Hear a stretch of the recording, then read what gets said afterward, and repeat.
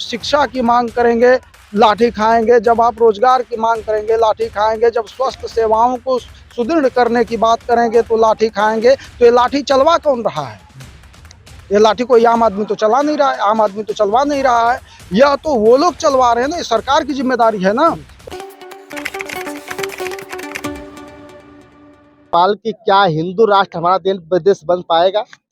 देखिए, ऐसा है कि जो लोग कह रहे हैं, अब उनकी निजी धारणा है, लेकिन जो हिंदू हैं वो कह रहे हैं हिंदू राष्ट्र बनना चाहिए। अभी जो सिख हैं वो कह दें कि खालिस्तान बनना चाहिए। अभी जो और इस देश में अन्य धर्म के भी तो लोग रहते हैं। हिंदू यहाँ बहुसंख्यक है, उसके अलावा 6 धर्म के लोगों को यहाँ जो है अल्पसंख्यक के रूप में दर्जा मिला है। हर लोग अगर अपने धर्म का राष्ट्र बनाना शुरू करें तो उसके बाद इस देश में क्या होगा? आप महसूस करिए, इस देश में गृह युद्ध लग जाएगा। यह देश जो बटा हुआ है अभी और कितने खंड में बट जाएगा। तो क्या हम हिंदू राष्ट्र इसी नाम से बनाना चाहते हैं कि देश को और बांटा जाए?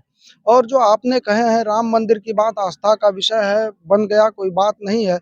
लेकिन जो सबसे ज्यादा जरूरी इस देश में है नौजवान साथी, कि इस देश का नौजवान जो बहुत ज्यादा बेरोजगार हो रहा है, इस देश में जो रोजगार की कमियां हो रही हैं, जिस तरह से शिक्षण संस्थान महंगे किए जा रहे हैं, जिस तरह से माने कि ऐसी कुछ व्यवस्थाएं जिसके द्वारा कि वर्तमान समय में चारों तरफ आप देख रहे हैं कि ऐसी स्थिति पैदा हो गई है कि यानी कि नौजवान एक तरह से अपने आप को शायद निकम्मा मानने की स्थिति में पहुंचता जा रहा है। जैसे नौजवान दिवालिया हो जाए भविष्य में, वो स्थितियां होने जा रही है। तो असल में आवश्यकता तो उसकी है कि हम हिंदू राष्ट्र की मांग करने के बजाय सही शिक्षा की मांग करें, सही जो है कि रोजगार की मांग करें, हम सही जो है कि मानवता की मांग करें। इस देश का जो संचालन होता है भारतीय संविधान से होता है, तो सही ढंग से इस देश में संविधान लागू हो, समता, स्वतंत्रता, न्याय, बंधुत्व पर आधारित हमारा संविधान जो है ठीक ढंग से उसके अनुकूल भारत के राष्ट्र का संचालन हो, उसकी मांग करें। हम किस तरफ जा रहे हैं, इसको तो हमारे नौजवानों को सोचना चाहिए। तो जो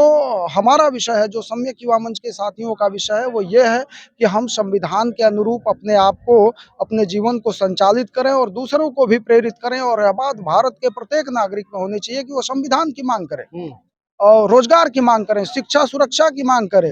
जो है तब जाकर के देश का विकास होगा। किसी हिंदू मुस्लिम अभी अभी अभी चर्चा चल, जब से राम मंदिर बना है तब से चर्चा चल रही है कि अब हमारे देश में बौद्ध की जरूरत नहीं है, ईसाई की जरूरत नहीं है, मुस्लिमों की जरूरत नहीं है, और इतना ही नहीं बल्कि संविधान की जरूरत भी नहीं है। लोग संविधान को बदलने का प्रयास कर रहे हैं क्योंकि यहाँ पे कह रहे हैं कि राम राज्य स्थापित होना चाहिए।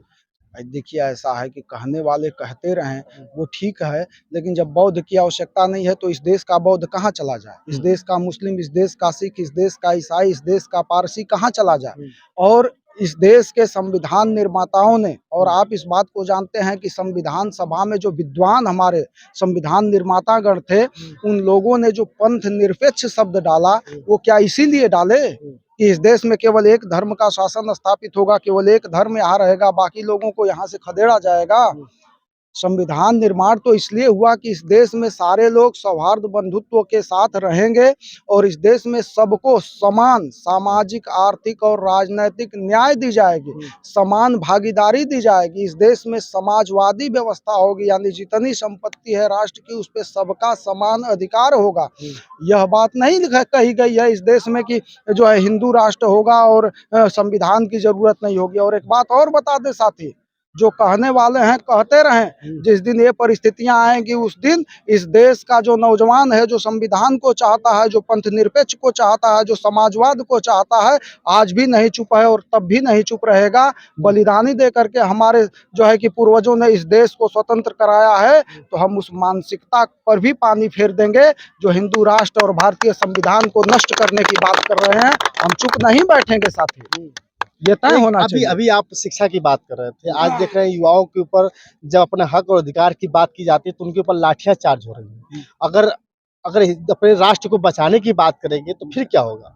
ऐसा है कि ये सरकार की मानसिकता हो सकती है, ये कुछ लोगों की मानसिकता हो सकती है कि शिक्षा की बात करोगे, शिक्षण संस्थान आप स्वयं देखिए, लोग हमारे देख रहे हैं किस तरह से जो हायर एजुकेशन के इंस्टीट्यूट हैं, किस तरह से वो महंगे किए जा रहे हैं, किस तरह से आम आदमी के पहुंच से बाहर किए जा रहे हैं। जो हमारे प्राथमिक विद्यालय हैं, किस तरह से उनको बंद किए जा रहे हैं, किस तरह से वहाँ की शिक्षा व्यवस्था इस ढंग से लचर की जा रही है कि माने कि उसका कोई मतलब न रह जाए। तो जब शिक्षा की मांग करेंगे, लाठी खाएंगे, जब आप रोजगार की मांग करेंगे लाठी खाएंगे, जब स्वास्थ्य सेवाओं को सुदृढ़ करने की बात करेंगे तो लाठी खाएंगे। तो ये लाठी चलवा कौन रहा है? ये लाठी कोई आम आदमी तो चला नहीं रहा है, आम आदमी तो चलवा नहीं रहा है।